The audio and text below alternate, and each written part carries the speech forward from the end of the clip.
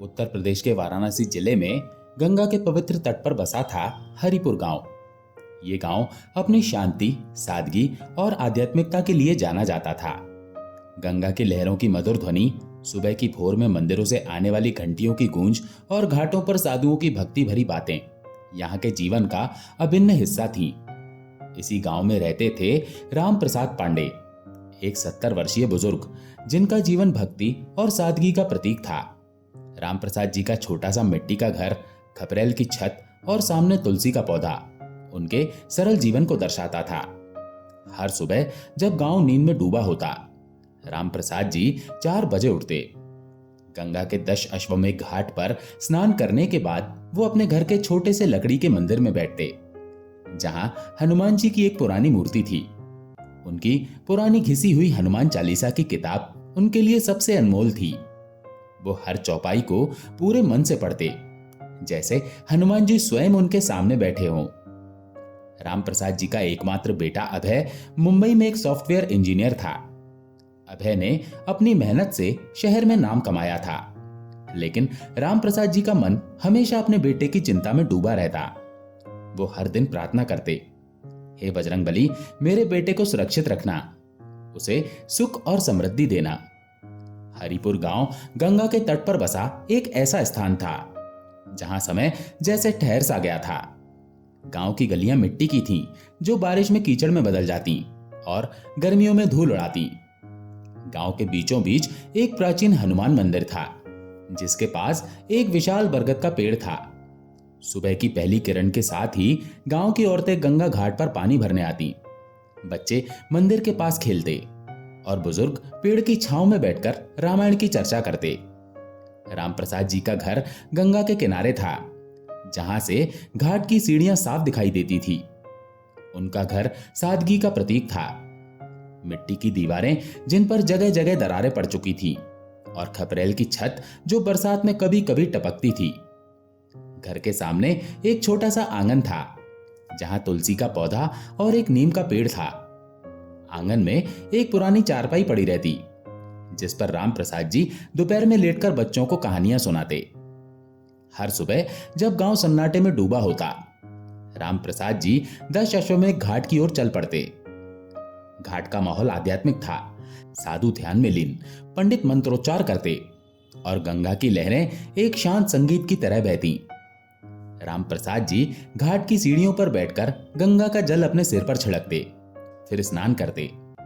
ठंडी लहरें उनके शरीर को शुद्ध करती और घाट पर साधुओं की भक्ति भरी बातें उनके मन को शांति देती।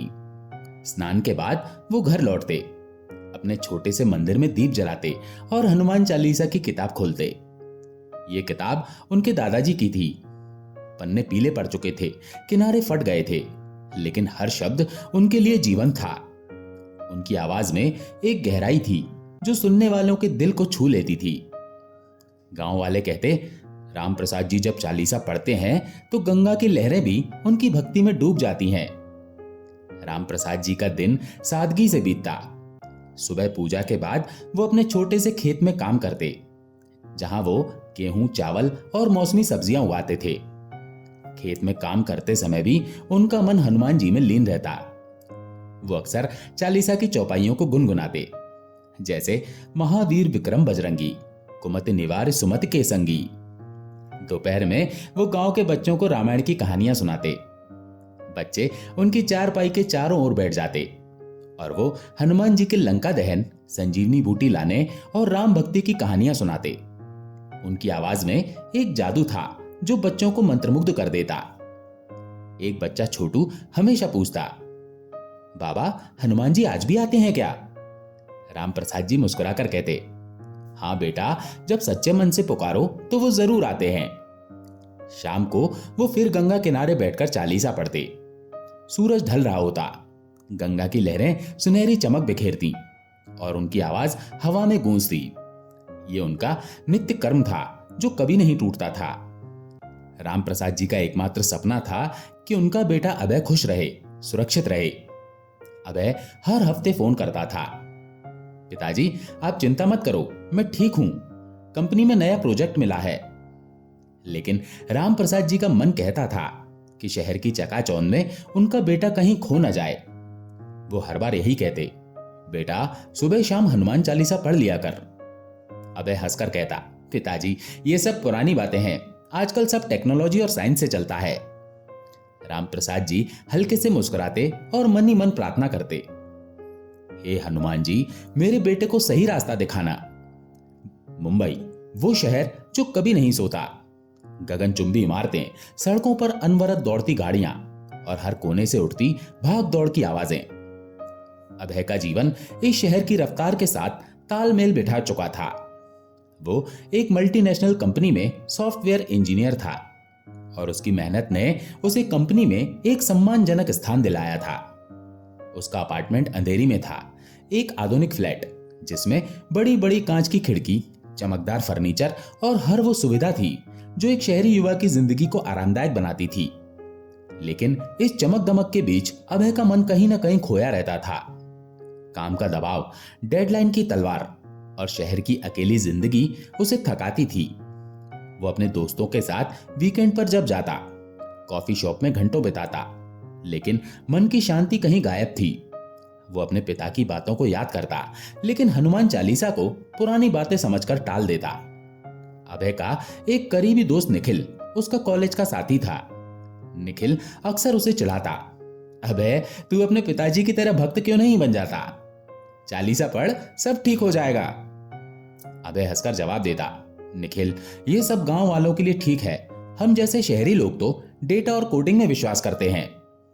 लेकिन कभी कभी रात को जब वो अपने अपार्टमेंट की खिड़की से मुंबई की चमकती लाइट्स को देखता तो उसे अपने गांव की सादगी याद आती।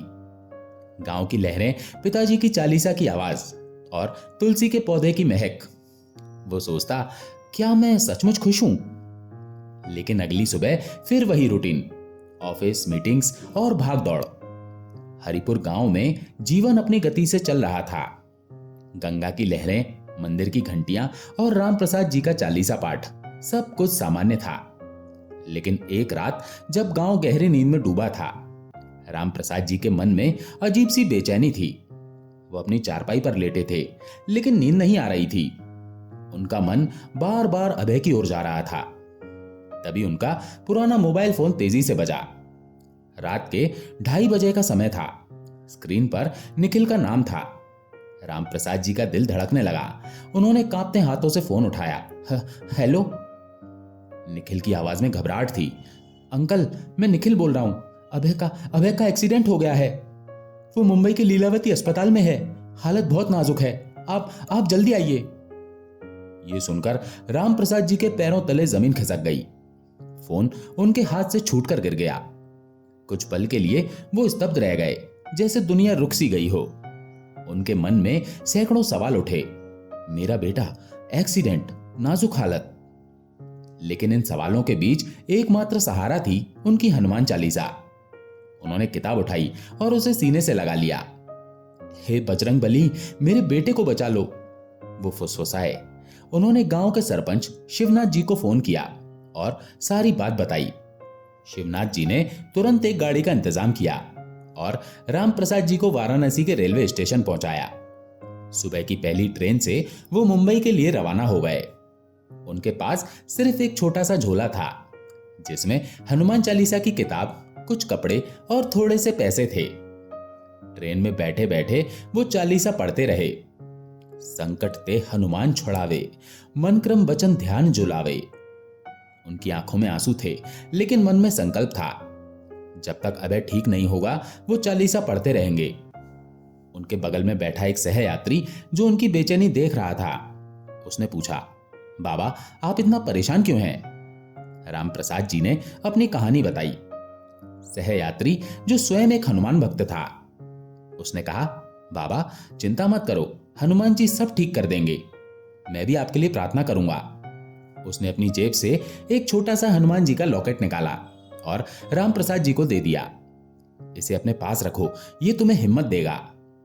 रामप्रसाद जी ने लॉकेट को स्वीकार किया और उसे अपनी किताब में रख लिया। उनकी आंखें नम थीं, लेकिन मन में एक विश्वास भी था।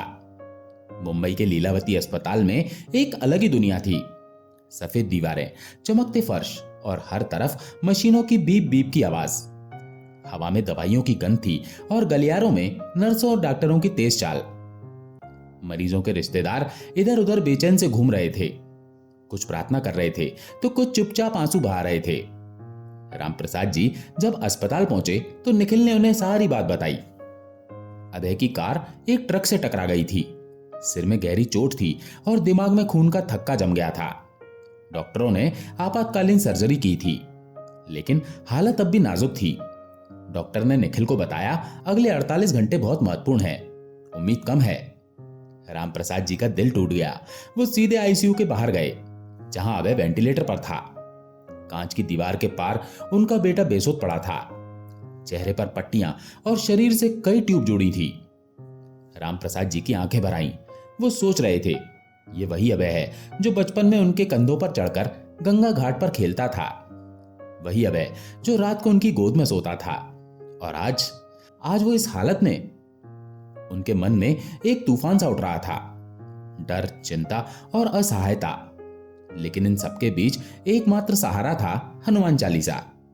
उन्होंने अपने हाथ जोड़े और मन ही मन प्रार्थना की। हे पवन पुत्र, आपने लंका में आग लगाई थी, संजीवनी बूटी लाए थे, मेरे बेटे को बचा लो। वो अस्पताल के छोटे से मंदिर में गए, जहां हनुमान जी की एक छोटी सी मूर्ति थी। मंदिर एक छोटा सा कमरा था, जिसमें फूलों की माला, अगरबत्ती की खुशबू और एक शांत माहौल था। रामप्रसाद जी एक बेंच पर बैठ गए और चालीसा शुरू कर दी। जय हनुमान ज्ञान गुण सागर। उनकी आवाज में वही गहराई थी, वही विश्वास। एक बार, 2 बार, 3 बार लगातार पढ़ते रहे। उनकी भावनाएं एक समुद्र की तरह थीं, कभी शांत, कभी तूफानी। हर चौपाई पढ़ते समय वो अभय के बचपन को याद करते। जब अभय छोटा था तो वो उसे हनुमान जी की कहानियां सुनाते थे। एक बार अभय ने पूछा था, पिताजी, हनुमान जी इतने ताकतवर क्यों हैं? रामप्रसाद जी ने कहा था, क्योंकि उनके दिल में राम जी बसते हैं। आज वही विश्वास उनके लिए ढाल बना हुआ था। रामप्रसाद जी के लिए हनुमान चालीसा सिर्फ एक पूजा नहीं थी, ये उनके जीवन का आधार थी। हर चौपाई उनके लिए एक मंत्र थी, जो उनके मन को शक्ति देती थी। अस्पताल की बेंच पर बैठकर वो चालीसा पढ़ते और हर चौपाई उनके जीवन से जुड़ जाती। श्री गुरु चरण सरोज रज, निज मन मुकुर सुधारी। ये पहली पंक्ति रामप्रसाद जी को उनके गुरु, उनके पिता की याद दिलाती थी। उनके पिता ने उन्हें चालीसा सिखाई थी और कहा था, बेटा, जब मन अशांत हो तो गुरु के चरणों में शरण लो। आज रामप्रसाद जी उसी गुरु की शक्ति से अपने मन को शुद्ध कर रहे थे। जय हनुमान ज्ञान गुण सागर, जय कपीस तिहु लोक उजागर। ये चौपाई रामप्रसाद जी को हनुमान जी की महानता की याद दिलाती थी। वो सोचते, हनुमान जी तीनों लोकों को रोशन करने वाले हैं, मेरे बेटे का अंधेरा भी वो दूर कर देंगे। संकट ते हनुमान छुड़ावे, मन क्रम वचन ध्यान जो लावे। ये पंक्ति उनके लिए सबसे महत्वपूर्ण थी। अभय संकट में था और रामप्रसाद जी का मन, कर्म और वचन सब हनुमान जी में लीन थे। वो हर पल यही प्रार्थना करते, हे हनुमान जी, मेरे बेटे को इस संकट से निकालो। नासे रोग हरे सब पीरा, जपत निरंतर हनुमत बीरा। ये चौपाई उन्हें उम्मीद देती थी। अभय की बीमारी, उसका दर्द, सब कुछ हनुमान जी के नाम से ठीक हो सकता था। रामप्रसाद जी लगातार जप करते, जैसे हर शब्द अभय के लिए एक दवा हो। वो 51वीं बार चालीसा पढ़ रहे थे। उनकी आवाज में न थकान थी, न हताशा। हर शब्द में विश्वास की आग जल रही थी। दूसरे दिन की सुबह कुछ अनोखा हुआ। नर्स प्रिया भागती हुई रामप्रसाद जी के पास आई। बाबा, अभय ने आंखें खोली, उसकी पल्स तेज हो रही है, डॉक्टर चकित हैं। रामप्रसाद जी की आंखों से आंसू छलक पड़े। उन्होंने सिर्फ इतना कहा, जय बजरंगबली, और फिर चालीसा पढ़ने लगे। डॉक्टरों ने बताया कि अभय का मस्तिष्क फिर से सक्रिय हो रहा था। खून का थक्का अपने आप छोटा हो रहा था, जो मेडिकल साइंस के लिए असंभव था। यह मिरेकल है, एक डॉक्टर ने कहा। रामप्रसाद जी मुस्कुराए और बोले, हाँ डॉक्टर साहब, यह हनुमान चालीसा का चमत्कार है। अभय की हालत धीरे धीरे सुधरने लगी। उसे आईसीयू से वार्ड में शिफ्ट कर दिया गया। रामप्रसाद जी हर दिन मंदिर में चालीसा पढ़ते और अभय के पास बैठकर उसे हनुमान जी की कहानियां सुनाते। अभय, जो पहले चालीसा को पुरानी बातें कहता था, अब चुपके चुपके अपने पिता की किताब पढ़ने लगा। अस्पताल में रामप्रसाद जी की भक्ति की चर्चा फैलने लगी। कई मरीजों के रिश्तेदार उनके पास आकर चालीसा की प्रति मांगने लगे। प्रिया ने अपने सहकर्मियों को चालीसा पढ़ने की सलाह दी। एक मरीज जिसे कैंसर था ने चालीसा पढ़ना शुरू किया और उसने बताया कि उसे दर्द में राहत मिल रही थी। रामप्रसाद जी ने अस्पताल के मंदिर में हर मंगलवार को सामूहिक चालीसा पाठ शुरू किया। पहले दिन सिर्फ 5 लोग आए, लेकिन धीरे धीरे ये संख्या बढ़कर 50 तक पहुंच गई। लोग कहते यहां चालीसा पढ़ने से मन को शांति मिलती है। 3 हफ्ते बाद अभय को अस्पताल से छुट्टी मिल गई। डॉक्टरों ने कहा यह लड़का महीनों में ठीक होने वाला था, लेकिन हफ्तों में ठीक हो गया। ये चमत्कार है। रामप्रसाद जी और अभय हरिपुर गांव लौट आए। गांव वालों ने उनका भव्य स्वागत किया। रामप्रसाद जी ने गंगा किनारे एक बड़ा भंडारा आयोजित किया और हनुमान चालीसा का सामूहिक पाठ करवाया। अभय ने अपने पिता से कहा, पिताजी, मैंने कभी नहीं सोचा था कि चालीसा में इतनी शक्ति है। अब मैं हर दिन इसे पढ़ूंगा। रामप्रसाद जी ने एक संकल्प लिया। वो हर मंगलवार और शनिवार को 108 बार चालीसा पढ़ेंगे और गांव के मंदिर में भंडारा करवाएंगे। उन्होंने गांव में एक हनुमान मंदिर का जीर्णोद्धार भी शुरू किया। रामप्रसाद जी की कहानी गांव से निकलकर पूरे वाराणसी जिले में फैल गई। लोग उनके पास सलाह लेने आने लगे। कई बीमार लोगों ने चालीसा पढ़ना शुरू किया और उन्हें राहत भी मिली। गांव की महिलाओं ने एक चालीसा मंडली बनाई जो हर हफ्ते सामूहिक पाठ करती थी। अभय ने अपनी कंपनी में एक छोटा सा हनुमान मंदिर बनवाया और वहां चालीसा पाठ शुरू किया। उसके सहकर्मी जो पहले उसका मजाक उड़ाते थे, अब उसके साथ बैठकर चालीसा पढ़ने लगे। रामप्रसाद जी आज भी हर सुबह गंगा किनारे चालीसा पढ़ते हैं। अब उनके साथ अभय, उसकी पत्नी और उनकी छोटी बेटी भी होती है। गांव का मंदिर अब एक तीर्थ स्थल बन चुका है, जहां हर साल हनुमान जयंती पर हजारों लोग आते हैं। ये कहानी सिर्फ रामप्रसाद जी और अभय की नहीं है। ये हर उस भक्त की कहानी है जिसने हनुमान चालीसा की शक्ति को अनुभव किया है। ये विश्वास की कहानी है, भक्ति की कहानी है और उस शक्ति की कहानी है जो दिखाई नहीं देती, लेकिन जब प्रकट होती है तो चमत्कार रस देती है। संकट कटे मिटे सब पीरा, जो सुमिरे हनुमत बलवीरा। हनुमान चालीसा सिर्फ शब्द नहीं, ये आत्मा की भाषा है। ये वो दीपक है जो अंधेरे में भी रास्ता दिखाता है। रामप्रसाद जी की तरह हर भक्त जो इसे पूरे मन से पढ़ता है, उसे हनुमान जी का आशीर्वाद मिलता है। आइए हम सब मिलकर कहें, जय बजरंगबली की। दोस्तों, आशा है आपको ये कहानी पसंद आई होगी। अगर पसंद आई हो तो वीडियो को लाइक करके कमेंट में जय श्री राम, जय हनुमान जरूर लिखें। चैनल पर अगर पहली बार आए हैं तो चैनल को सब्सक्राइब जरूर करें।